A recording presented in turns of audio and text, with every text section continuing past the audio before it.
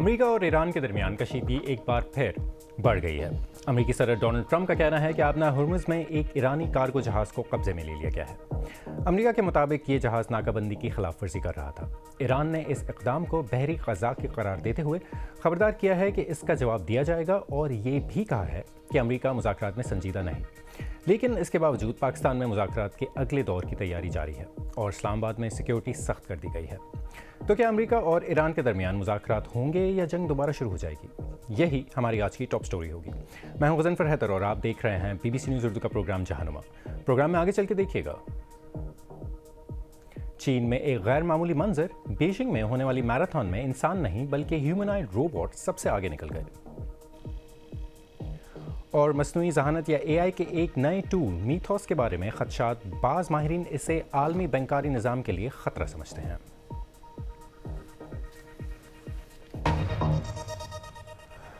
امریکی صدر Donald Trump کا کہنا ہے کہ امریکہ نے ایرانی بندرگاہوں کی ناکہ بندی عبور کرنے کی کوشش کرنے والے ایک ایرانی مال بردار جہاز پر حملہ کر کے اسے قبضے میں لے لیا ہے۔ ایران کا کہنا ہے کہ وہ جوابی کارروائی کرے گا۔ یہ سب ایک ایسے وقت میں ہو رہا ہے جب پاکستان اس ہفتے ایران اور امریکہ کے درمیان امن مذاکرات کے تازہ دور کی میزبانی کی تیاری کر رہا ہے۔ تاہم اب تک یہ واضح نہیں ہے کہ ایرانی وفد اس میں شرکت کرے گا یا نہیں۔ ایران کے سرکاری میڈیا کے مطابق تہران تب تک شرکت نہیں کرے گا جب تک واشنگٹن ایرانی بندرگاہوں کی ناکہ بندی جاری رکھتا ہے۔ وائٹ ہاؤس کا کہنا ہے کہ اس کے وفد کی قیادت نائب صدر JD وینس کریں گے۔ امریکہ اور ایران کے درمیان 2 ہفتوں کی جنگ بندی بدھ کے روز ختم ہونے والی ہے۔ ایران نے یہ بھی کہا ہے کہ امریکہ کی جانب سے خلیج عمان میں ایک ایرانی پرچم بردار کارگو جہاز کو قبضے میں لینے کے بعد وہ جوابی کارروائی کرے گا۔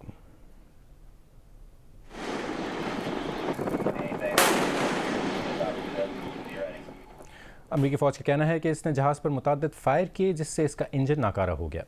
بیان کے مطابق جہاز نے 6 گھنٹوں تک بار بار دی جانے والی وارننگز کو نظر انداز کیا۔ ایرانی فوج کے ترجمان نے اس اقدام کو مسلح قزاقی اور جنگ بندی کی خلاف ورزی قرار دیا ہے۔ تہران میں حکام کا کہنا ہے کہ آبنہ ہرمز بدستور بند ہے۔ ہماری چیف بین الاقوامی نامہ نگار لیز ٹوسیٹ ایرانی دارالحکومت تہران میں موجود ہیں اور اس شرط پر رپورٹنگ کر رہی ہیں کہ ان کا مواد BBC فارسی سروس پر استعمال نہیں کیا جائے گا۔ یہ پابندیاں ملک میں کام کرنے والے تمام بین الاقوامی میڈیا اداروں پر لاگو ہوتی ہیں۔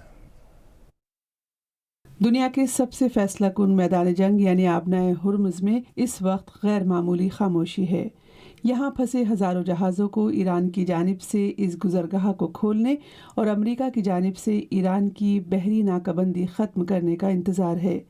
اس دوران صدر ٹرمپ نے ایک اور سخت بیان دیا۔ انہوں نے کہا کہ ہم ایک نہایت منصفانہ اور معقول ڈیل پیش کر رہے ہیں اور مجھے امید ہے کہ وہ اسے قبول کریں گے۔ اگر وہ ایسا نہیں کرتے ہیں تو امریکہ ایران کے ہر پاور پلانٹ اور ہر پل کو نشانہ بنائے گا۔ ایران میں یہ موقف تقویت حاصل کر رہا ہے کہ آبنہ ہرمز میں تہران کی موجودگی مستقل ہے۔ ایرانی پارلیمان کے ایک اہم رکن کا کہنا ہے کہ دشمن کے خلاف یہ ان کا اہم اثاثہ ہے۔ کیا ایران کبھی بھی آبنہ ہرمز کا کنٹرول چھوڑے گا؟ یہ ہمارا ناقابل تنسیق حق ہے۔ ہم پارلیمنٹ کے ذریعے ایک قانون کی منظوری پہ کام کر رہے ہیں جس کے تحت فوج آبنہ ہرمز سے گزرنے والے جہازوں پہ جامع ضابطوں کو نافذ کرے۔ آپ کے اپنے پڑوسی جن سے جنگ سے پہلے آپ کے اچھے تعلقات تھے وہ کہہ رہے ہیں کہ یہ بین الاقوامی پانی ہے اور آپ جو کر رہے ہیں وہ پائریسی ہے۔ امریکہ دنیا کا سب سے بڑا قزاق ہے۔ تہران ایک شہر جو بہتری کا منتظر ہے۔ عالمی پابندیوں اور جنگ نے اس کی معیشت کا گلا گھونٹ دیا ہے۔ صرف ایک معاہدہ اس صورتحال کو بدل سکتا ہے۔ یہ سرکاری فارمیسی موجودہ حالات کی گواہ ہے۔ لوگ ہم سے کیمرے پہ بات نہیں کرنا چاہتے لیکن انہوں نے بتایا کہ وہ ادویات کے لیے زیادہ رقم دے رہے ہیں۔ ایران میں تیار شدہ ادویات اسٹاک میں ہیں لیکن امپورٹڈ ڈرگز جیسے انسولین مشکل سے ملتی ہیں۔ بعض ایرانیوں کو ایک اور تشویش ہے، سیکیورٹی مزید سخت ہے اور ریاست کی نگرانی ہر جگہ ہے۔ عوامی مقامات پر حکومت کے حامی نظر آتے ہیں۔ کریک ڈاؤن کے دوران نوجوانوں کو گرفتار کیا گیا اور بعض کو مظاہروں میں حصہ لینے کے لیے پھانسی دی گئی، اور یہ خدشہ ہے کہ جنگ ختم ہونے کے بعد ریاستی جبر بدتر ہوگا۔ after the war is over, that this internal repression will get worse. من فکر میکنم میرے خیال سے آپ کو ایران کی اندرونی صورتحال کا درست جائزہ پیش نہیں کیا گیا۔ عام جنگ کی حالت میں حالانکہ سیز فائر ہے اور قانون نافذ ہے۔ شرایط جنگ مقررات خاص خودش رو داره. We do speak to young people here who ہم نے جن نوجوانوں سے بات کی ہے ان کا کہنا ہے کہ جنوری میں ہونے والے کریک ڈاؤن جس میں ہزاروں ہلاکتیں ہوئیں وہ اس سے ناراض ہیں اور ان کے دل دکھے ہوئے many ہیں۔ thousands of deaths. ایران آج ایک آزاد ملک ہے، Oh, بہت آزاد۔ مذاکرات میں آبنائے ہرمز کا مستقبل مرکزی حیثیت رکھتا ہے، لیکن اب عام تاثر یہ ہے کہ تہران کے لیے یہ صرف سودے بازی کا ہتھیار نہیں بلکہ وہ اس پر اپنا لانگ ٹرم کنٹرول قائم رکھنا چاہتا ہے۔ اور اس بارے میں مزید بات کرنے کے لیے اس وقت اسلام آباد سے ہمارے ساتھ موجود ہیں ہماری B B C news Urdu کے نامہ نگار طرب اصغر۔ طرب، سب سے پہلے تو ہمیں یہ بتائیں کہ اسلام آباد میں کیسی تیاریاں ہو رہی ہیں؟ اسلام آباد میں اس وقت سیکنڈ راؤنڈ جو ہے اس کی تیاریاں آپ کو باقاعدہ طور پہ نظر آ رہی ہیں، کیونکہ سڑکیں بند ہیں۔ جو ریڈ زون ہے اس کو کئی کلومیٹر تک جو ہے اس کو بند کر دیا گیا ہے، وہاں پہ موومنٹ بالکل ریسٹرکٹ کی گئی ہے۔ فوج جو ہے وہ بھی آن ڈیوٹی ہے، اور آپ کو جگہ جگہ جو ہیں سیکیورٹی فورسز کے لوگ جو ہیں وہ وہاں پہ نظر آ رہے ہیں ڈیوٹی کرتے ہوئے۔ خاردار تارے لگا کے کافی سارے ایریا کو بھی بلاک کیا گیا ہے، 0 پوائنٹ سے ہی آج بند کر دیا گیا۔ لاسٹ ٹائم جب فرسٹ راؤنڈ تھا اس کی بنسبت سیکنڈ راؤنڈ میں ہمیں سیکیورٹی جو ہے وہ زیادہ نظر آئی ہے as compare to first round کے۔ سو تیاریاں جو ہیں وہ چل رہی ہیں۔ اس کے ساتھ ساتھ یہ بھی بتاتے چلیں کہ کئی جو ہیں وہ کارگو جہاز یو ایس ایئر فورس کے وہ بھی لینڈ کیے ہیں نور خان ایئر بیس کے اوپر، اور جس کے بعد جو ہے یہ خدشہ بھی جو ہے وہ ظاہر کیا جا رہا تھا کہ کیا پہلے ٹاکس ہوں گی نہیں ہوں گی، لیکن جس قسم کی تیاری ہیں اس سے بظاہر طور پہ یہ نظر آ رہا ہے کہ شاید یہ ٹاکس ان اینی کیس ہوں گی، لیکن اس کا کوئی وقت ابھی تک مختص نہیں کیا گیا ہے۔ لیکن فی الوقت جو ہے سیکیورٹی آپ کو نظر آتی ہے جس میں رینجرز بھی ہے، فوج بھی ہے، اور فورسز جو پولیس فورسز ہیں وہ بھی ہیں۔ ارد گرد کے جو ہوٹلز وغیرہ ہیں ان کو بالکل خالی کرا لیا گیا ہے۔ اس کے ساتھ ساتھ جو ہے اسکولز، کالجز اور آفیسز جو ہیں جو سرٹن ایریا میں آتے ہیں ان کو انڈیفینٹ پیریڈ کے لیے بند کیا گیا ہے۔ اس سے پہلے جب فرسٹ راؤنڈ ہوا تھا تو کمپیریزن میں ڈیٹس ڈیفائن کی گئی تھی کہ یہ وہ ڈیٹس ہیں، لیکن ابھی تک یہ پتہ نہیں ہے کہ یہ کب تک ایریا بند رہے گا یا کارڈن آف رہے گا۔ اچھا، ہمیں یہ تو معلوم ہے کہ صدر ٹرمپ جو ہیں وہ امریکی نمائندے بھیج رہے ہیں، لیکن ایران کی طرف سے ابھی تک کوئی صورتحال جو ہے واضح نہیں۔ آپ کو اس حوالے سے کیا اطلاعات مل رہی ہیں؟ سو بیسکلی ابھی تک جو ہے ایسی ہی اطلاعات ہیں۔ آفیشیلی ایران ابھی بھی اسی چیز کے اوپر، اسی اسٹیٹمنٹ کے اوپر سٹک کر رہا ہے کہ ہماری طرف سے کسی قسم کا کوئی ڈیلیگیشن اس وقت تک نہیں آئے گا جب تک وائلیشن ہوتی رہی ہے، اور نیول بلاکیج جو ہے وہ یو ایس جو ہے اس کو ختم نہیں کر دیتا ہے۔ صبح جو ہے وہ فارن منسٹر کے جو اسپوکس پرسن ہے فارن منسٹری کے، انہوں نے باقاعدہ طور پہ یہ کہا کہ ایران کی طرف سے کسی قسم کی کوئی ڈیلیگیشن جو ہے وہ نہیں بھیجی جا رہی ہے۔ اس کے بعد کچھ خبریں ایسی بھی سامنے آئیں کہ پاکستان کی طرف سے جو ڈپلومیسی چینل ہے اس کے تھرو ایران سے بھی بات کی گئی ہے، یو ایس سے بھی بات کی گئی ہے، جہاں پہ ایسی بھی ان آفیشیل اطلاعات رپورٹ ہوئی میڈیا پہ جس میں یہ کہا گیا کہ صدر ٹرمپ سے جو ہے وہ فیلڈ مارشل عاصم منیر کی بات ہوئی ہے، اور اسی طرح سے جو ہے ایران کے کاؤنٹر پارٹ جو ہیں ان کے ایران وہاں پہ بھی جو ڈپلومیسی کے تحت جو ہے بات چیت کر کے ان کو ٹیبل پہ لانے کی کوشش کی جا رہی ہے۔ لیکن فی الوقت تک جو ہے وہ کلیئرٹی نہیں ہے کہ ایران کا ڈیلیگیشن کب آئے گا۔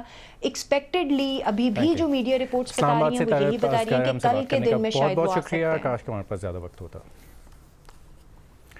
اور اب ایک نظر ڈالتے ہیں دیگر اہم عالمی خبروں پر۔ برطانیہ میں یہودی برادری کے رہنماؤں نے کہا ہے کہ ان کے خلاف حملے، تشدد اور ڈرانے کا سلسلہ اس مہم کا حصہ ہے جو اب زور پکڑ رہی ہے۔ حالیہ برسوں میں ملک کے اندر یہود مخالف یعنی اینٹی سیمیٹک واقعات میں نمایاں اضافہ رپورٹ ہوا ہے۔ گزشتہ ہفتے 2 یہود عبادت گاہوں اور یہودی رفاہی ادارے کی ایک سابقہ عمارت کو آگ لگانے کی کوشش کی گئی تھی۔ جاپان کے 3 شمال مشرقی صوبوں میں سمندر کی تہہ میں ایک بڑا زلزلہ آنے کے بعد ساحلی بستیوں میں رہنے والوں کو گھر چھوڑ کر بلندی پر جانے کی ہدایت کی گئی ہے۔ حکام نے 300 سینٹی میٹر یعنی 3 میٹر اونچی لہریں اٹھنے کے بارے میں بھی خبردار کیا ہے۔ البتہ اب تک آنے والی سب سے اونچی لہر کی بلندی 80 سینٹی میٹر تھی۔ میں ہوں مظفر حیدر اور آپ دیکھ رہے ہیں BBC نیوز اردو کا پروگرام جہرما۔ کیا اب روبوٹس انسانوں سے آگے نکلنے لگے ہیں؟ چین میں ہونے والی ایک ہاف میراتھن ریس میں انسانی شکل کے روبوٹس نے نہ صرف حصہ لیا بلکہ کئی انسانوں کو پیچھے بھی چھوڑ دیا۔ آج ٹرینڈنگ میں اسی پہ بات کریں گے۔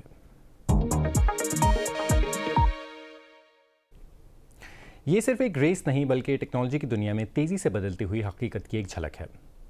بیجنگ میں ہونے والے اس ہاف میراتھن میں درجنوں چینی ساختہ ہیومنائڈ روبوٹس نے اپنی رفتار اور خودکار صلاحیتوں کا مظاہرہ کیا، اور گزشتہ سال کے مقابلے میں اس بار نتائج بالکل مختلف تھے۔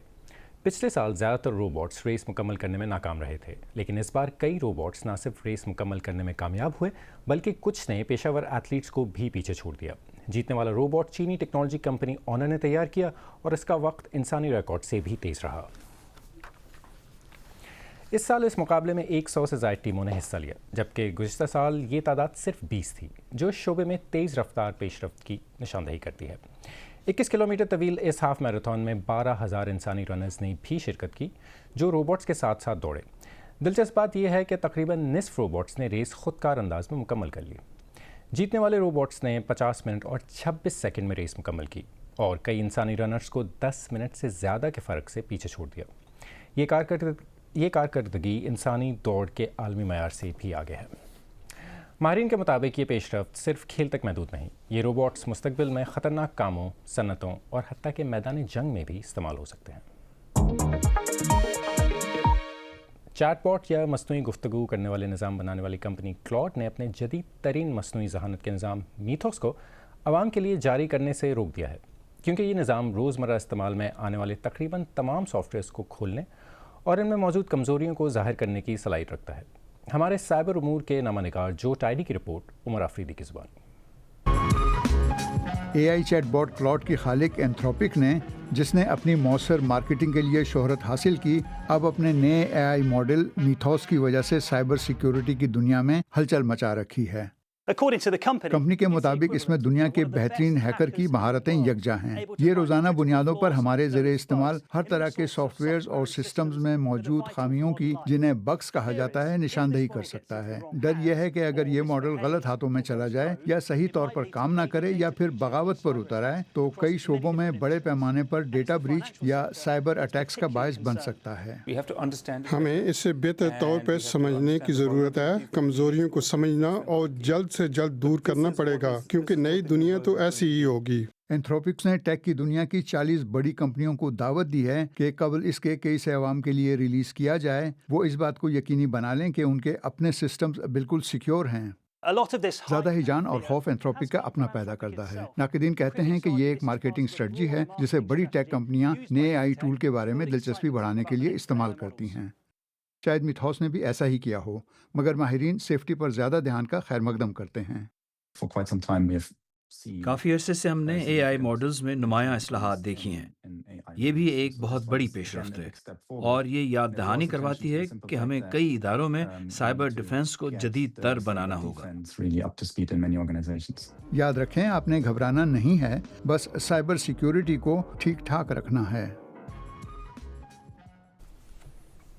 اور ایک حالیہ رپورٹ کے مطابق تیزی سے بڑھتی ہوئی پیداوار کے باعث اگلے 15 برسوں میں پلاسٹک کا کچرا دگنا ہو سکتا ہے۔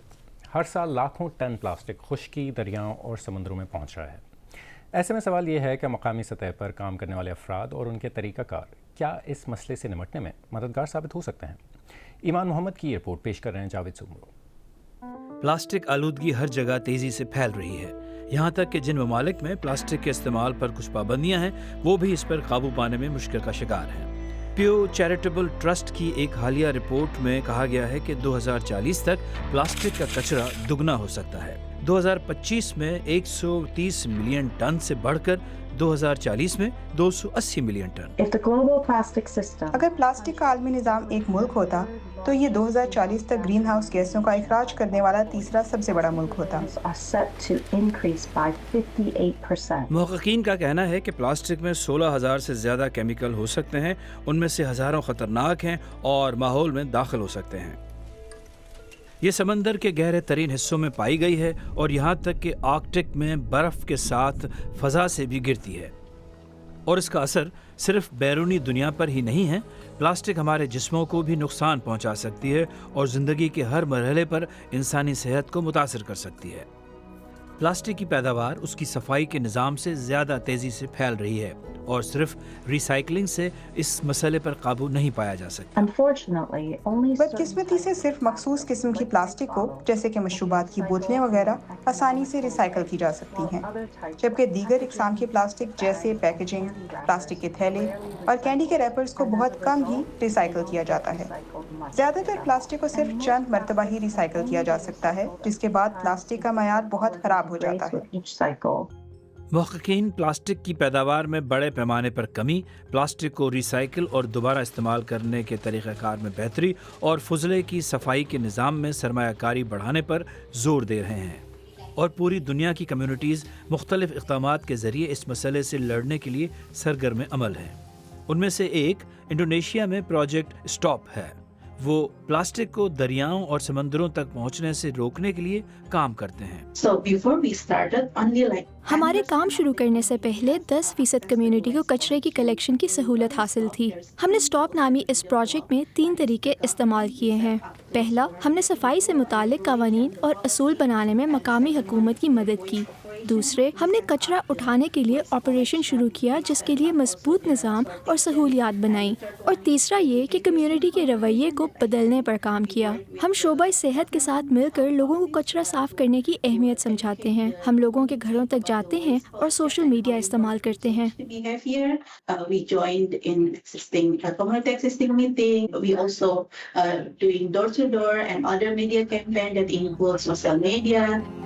مسئلہ عالمی ہے، لیکن یہ مقامی کامیابیاں ظاہر کرتی ہیں کہ تبدیلی ممکن ہے۔ پلاسٹک کا فضلہ اب بھی پیدا ہو رہا ہے۔ یہ اقدامات اس کو کم کرنے میں مددگار تو ہو سکتے ہیں، لیکن بہت زیادہ اقدامات کی ضرورت ہے اس مسئلے پر قابو پانے کے لیے۔ آج BBC نیوز اردو کے پروگرام جہانما میں بس اتنا ہی۔ پروگرام میں شامل سٹوریز اور تازہ ترین خبروں کے لیے ہمارے سوشل میڈیا چینلز پر آئیں۔ غزنفر اظفر اجازت ہے۔